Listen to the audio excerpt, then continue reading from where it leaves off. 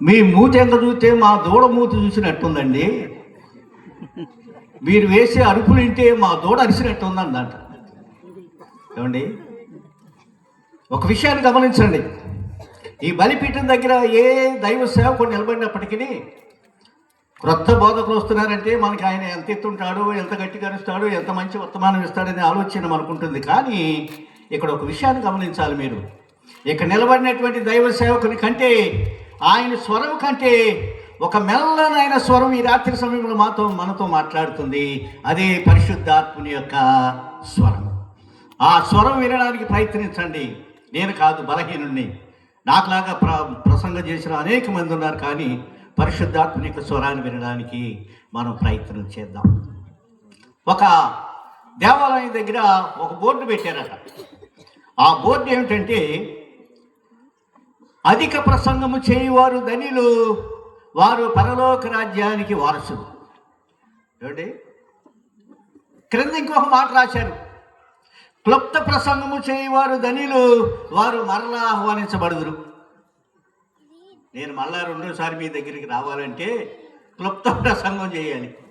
ఏదో నాకు స్టేజ్ ఇచ్చారు కదా అని గంటన్నర మాట్లాడితే అబ్రహం గారు ఏమంటారంటే, వద్దులేండి అయ్యగారండి, ఆయన్ని ఈ సంవత్సరం తాకనంటారు. అవునా? అంచేత ప్రియమైనటువంటి దేవుని బిడ్డలారా, కొద్ది నిమిషాలు దేవుని యొక్క వాక్యంలోకి వెళదాం. ఈ రాత్రి సమయంలో దేవుడు మన కొరకు ఏమైతే ఏర్పాటు చేశాడో యొక్క వాక్యాన్ని మనం ధ్యానం చేయబోతున్నాం. దయచేసి మీ యొక్క దైవ గ్రంథాన్ని యెషయా గ్రంథము 44వ అధ్యాయము 22వ వచనము 2వ భాగము నుండి మనం ధ్యానం చేద్దాం. యెషయా గ్రంథము 44వ అధ్యాయము 22వ వచనము మధ్య నుండి నేను చదువుతున్నాను.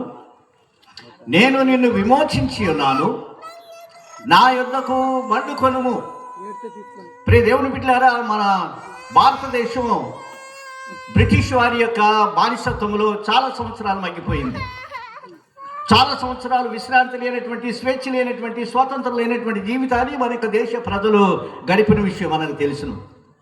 ఇలాగ బానిసత్వంలో ఉన్నటువంటి మనల్ని, ఆ బానిసత్వం నుండి మనకు విడుదల తీసుకురావడానికి, మనకు స్వతంత్రం తీసుకురావడానికి, స్వేచ్ఛ తీసుకురావడానికి అనేక మంది దేశ నాయకులు తమ యొక్క ప్రాణాన్ని త్యాగం చేశారు. అనేక మంది తమ యొక్క ప్రాణాలు కోల్పోయారు, తమ యొక్క ఆస్తులు కోల్పోయారు, చెరసాల్లో ఉన్నారు. ఇలాగా వారు చేసినటువంటి త్యాగ ఫలితము మనకు 1947 సంవత్సరము ఆగస్టు 15వ తారీఖున స్వతంత్రం వచ్చింది. ఈ దేశ స్వతంత్రాన్ని నాయకులు చేసిన త్యాగం వల్ల మనకు వచ్చింది. నాయకులు పడినటువంటి ఇబ్బందుల వల్ల మనకి ఈ యొక్క స్వతంత్రం వచ్చింది.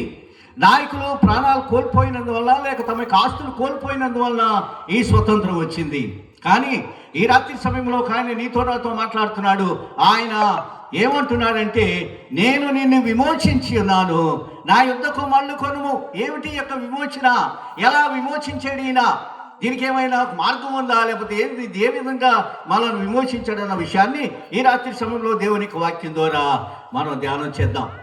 2వ రాజుల గ్రంథము 6వ అధ్యాయము 1 నుండి